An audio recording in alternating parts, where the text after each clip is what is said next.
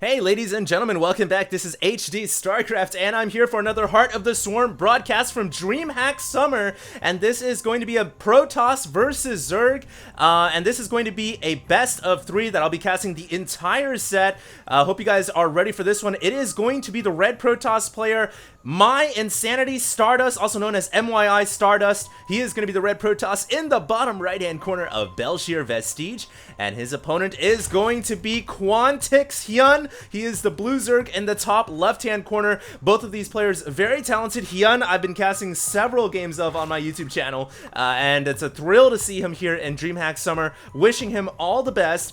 Stardust, actually a bit more of a no-namer. Haven't really casted any games of him ever before, and I looked up his page on Wikipedia, and actually he doesn't have that much information filled out for him. He was actually teamless for a while, and then recently joined Team MYI this year, I believe, and so he doesn't really have that many accomplishments under his belt, but you know, to make it this far into DreamHack Summer, this is, by the way, guys, I believe the round of 16, so very high up in the tournament, and I am very excited to be able to bring this set to you guys. As always, I'll be casting as many games of DreamHack Summer as I can. I did promise that I was going to cast a few games every day, but the last few days have been really busy for me, so I'll try to make it up for you guys and cast as often as I can. Hope you guys are ready for this. It's going to be a Protoss versus Zerg, and we are going to be looking at the DreamHack overlay here, which is always welcome. I love the overlay that they have set up. And hopefully you guys are ready for this one. Hyun is going to be throwing down a spawning pool, and looks like he wants to go ahead and go for a hatchery pretty soon here. There's a drone coming out to make itself into an expansion, and Stardust here is going to try to be as annoying as possible with this probe. And a lot of times Protoss players will even you know, stay here for as long as possible, take some damage on the probe. You don't see them throw the pylon up too often anymore because it's kind of fallen out of favor.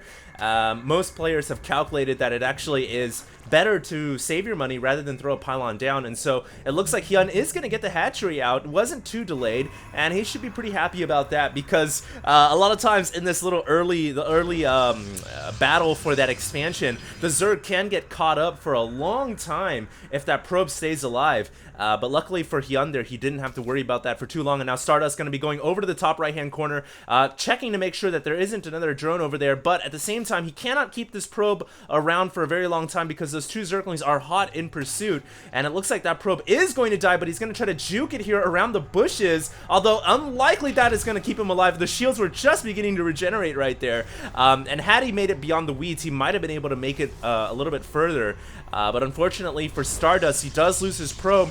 And for a player like Stardust, who's really a bit of a no-namer, you don't hear too much about him.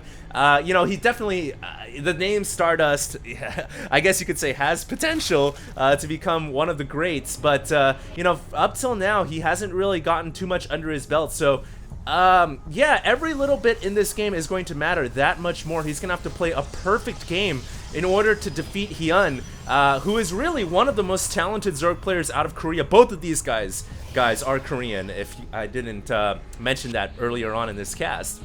So, very important here that they play to their fullest potential, and we'll see what happens here. A lot of drones coming out from Hyun, who does have a natural expansion down, doesn't quite have the saturation at both bases yet, which means he doesn't necessarily need to go for a third yet, but a lot of times when you see a Protoss who's already got a natural expansion down, you don't want to stay 2 bases on them for a prolonged, you know, period of time. And because of that, it's usually a pretty good idea for Zergs to think about getting that third expansion, you know, relatively soon. We do have a Zealot coming out here for Stardust, and it is going to be able to Psyblade down this Zergling pretty quickly, although the Zergling does get away. It takes 3 attacks from a Zealot without +1 weapons, but once +1 kicks in, which it is on the way right now from the Forge, the Zealot can then kill off the Zergling in 2 attacks rather than 3, which is actually a huge deal, and that's why upgrades in StarCraft 2 matter so much. A lot of times those upgrades, you know, it's just 1 upgrade, but it makes a difference between 2 attacks or 3 attacks, 1 attack or 2 attack, and it is a very, very big deal a lot of times.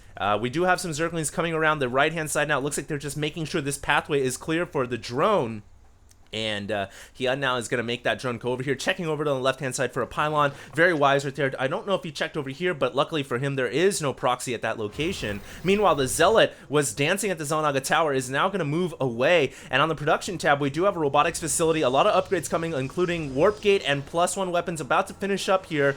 And Lair is on the way for the Zerg player. No Mothership Core yet, which, you know, it is kind of a preference thing these days with Protoss players in the beginning of the game. Not every Protoss player will go for Mothership Core, and when you think about it, the Mothership Core it's there to help the Protoss be more defensive, and they can be they can also bring it out to be aggressive if they're going for like a Naniwa style 1 gateway 1 cyber core opening before expanding. Then the Mothership Core can be very useful for aggression.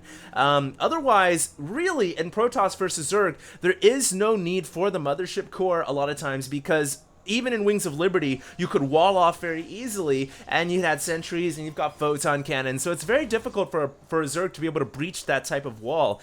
So the Mothership Core doesn't really come into play a lot of times in Protoss versus Zerg, and that's just kind of how the way Heart of the Storm has evolved up until this point. So interesting to note, of course. Meanwhile, we do have a Rotorn on the way, Evolution Chamber coming down as well. Observer is making its way out into the middle of the map, and both of these players here are just trying to set themselves up for a proper macro game here, as it looks like really in the first 9 minutes there hasn't been too much aggression. Both sides have been playing it pretty safe. We do actually now have a Mothership Core coming out. It's a bit of a delayed Mothership Core. It is going to be making its way out on the field, and in the mid game it's definitely not a bad idea to have one, because it provides you know, the time warp ability, and it can recall your whole army back in case you get chain fungled. So it's always nice to have in your army, and at this point, it's not such a huge speed bump, if you will, in the Protoss build order. In the early game, it definitely does hurt a little bit to go for that early Mothership Core, but right now, when the Protoss is operating nearly on 3 bases here, you know, the gas investment, the cost investment, it's not too much. And, you know, Stardust can be pretty happy to have a core out on the map right now. He does have 1, 2, 3, 4 gateways and a robotics facility. It looks like he is going to explode that Overseer. Bye-bye. Parts going down to the floor below, and here comes some Zerglings from Hyun. Looks like he wants to try to pressure this expansion, but I love the way Stardust has set up his units here behind the pylon and the photon cannon warping in. But now it looks like Hyun says, okay, if your third expansion is that well covered, then maybe I'll go for the natural, but it is still walled off on this side, and so Hyun will not be able to break through. Meanwhile, he is going to be going for another expansion. Says, all right, if you go for a Nexus, then I'll just make sure to have 1 extra hatchery on top of you. And right now he is going for a lot of Hydralisks. Looks like we're going to be seeing Roach Hydra from Quantic Hyun, which is a very popular strategy nowadays in Zerg versus Protoss.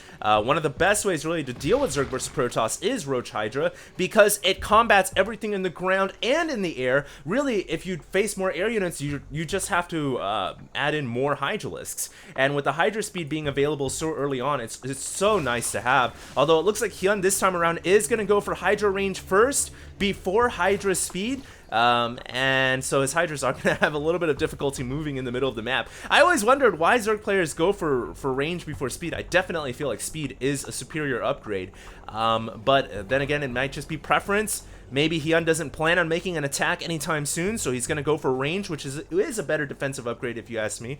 And right now we have Evolve Enduring Locust on the way for the Zerg player. He is going to be supplementing his Roaches and Hydras with Swarm Hosts, and he's also got the Hive to boot as well. Not to mention the Infestation, the Infestation Pit, yeah, is getting Evolve Enduring Locust. So we will be seeing Roach, Hydra, Swarm Host from Quantic Hyun. A couple of Zealots making their way over to the top right-hand side. And even though they do have, I believe, +2 weapons, they are going to be surrounded by not just Zerglings, but also Hydras, so easily taken out. And here comes Stardust with his army. He is currently at 2-1 compared to the Zerg player, who actually doesn't have any upgrades at all, trying to get 1-1 right now. So a huge upgrade advantage for MYI Stardust, who's just going to push out, and I don't know how Hyun is going to be able to hold this off. He does have a lot of Roaches and Hydras, but he's going to need to hold up on the creep, and he's going to need to get a pretty good surround here as well. Don't want to fight on the ramp. That's where the Protoss loves it best. He can corner in the Zerg unit units with force fields, and this is not the best position, I don't think, for Quantic Hyun, but he does have the high ground, and he's got the Hydras and Roaches in the back continuing to fire down, and this is why I guess he went for Hydra range instead of Hydra speed, allowing him to shoot over the force fields, but that last battle right there not going so well for Hyun, as Stardust force fields half the forces and warps in a ton of Zealots, and all of a sudden, Quantic Hyun in a lot of trouble. Stardust is looking to make his move. And how on earth is Hyun gonna hold this off? The natural expansion taking a ton of damage. This fire about to come to life, but it will immediately be destroyed by this army of fanatic Zealots and Immortals. And here comes everything from Hyun trying to defend here, but the force fields are crippling his army's ability to surround the Protoss. And it looks like a Viper coming in to abduct the Immortal on the right-hand side. Every little bit does help, but it looks like reinforcements continue to come in from that pylon. The Spire has fallen, and these 2-1 Zealots just do not care what they fight up against. They are killing everything in sight. The natural expansion has gone down for Hyun. Overseer also falling down as well, and now it's really, the pressure is on right now. Can Hyun hold this off? And I really don't think he can. I mean, he's already lost his natural expansion. That's a crippling blow for any Zerg player to deal with, and he's still got to get rid of all these Zealots, Immortals, and Stalkers. He does have one edge in that his reinforcements come from all different angles here, from the main, the third, the fourth, but is it gonna be really enough, even though he's got creep underneath his feet? The reinforcements from the Protoss player continue to stream in, and Stardust really making his name known here. He's warping in more Zealots. The attacks are non-stop. Charge upgrade is about to finish up for these Zealots as well, just to add insult to injury. And yeah, this is not looking too good for him. As now the Protoss player is making his way over to the right-hand side. Drones now evacuating over to the 4th expansion. How many warp gates are there? There are 9 warp gates in total for Hyun. So Hyun almost kind of like going for a... It's almost like an all-in, but not really, because he has robotics tech, he has Twilight Council, and it's just really like an awkward timing. You just don't expect to see a Protoss coming in with 9 warp gates worth of units and 2 or 3 Immortals at that stage of the game. It's just so unconventional, and Stardust really taking advantage of that and surprising Hyun, and now Hyun doesn't have any way to hold this off, really catching him right before Hyun was able to kick his Zerg macro into high gear, and this kind of weird 3-base 9 gateway attack ends up working pretty well for Stardust. He is going to be able to kill off that hatchery, perma-fields the reinforcements from the main, and forces the GG out of Quantic Hyun. Unbelievable, and a really good game by Stardust. And now that was the first game of the set, so we are going to go right into game 2. Not going to hold you guys up any further, so I'll see you guys then, and this is HD signing out.